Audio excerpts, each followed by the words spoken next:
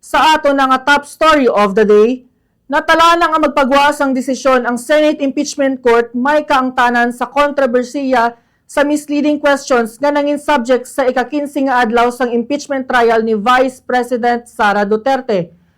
Sa pagpadayon sang trial subong nga Lunes, Agosto 17, wala ginathag ni Trial Presiding Officer Francis Cheese Escudero ang manifestation ni Attorney Amando Ligutan kaginpahayag nga mahatagan ini sang tsansa sa husto nga tion.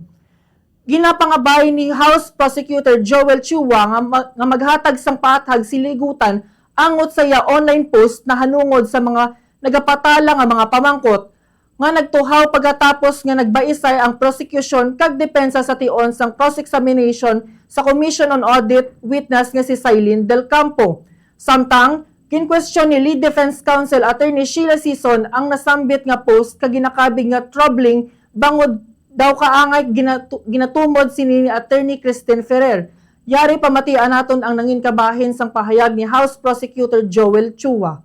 Before we call our next witness, Your Honor, may we respectfully ask the Honorable Court to recognize Attorney Ligutan, counsel for the prosecution, because we understand that his name was alluded to by the defense in the last hearing, Your Honor.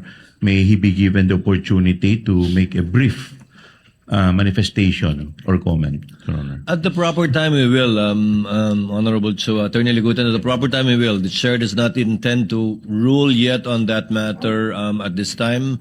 But before the Chair does so, Attorney Ligutan will be heard, I assure you. Okay.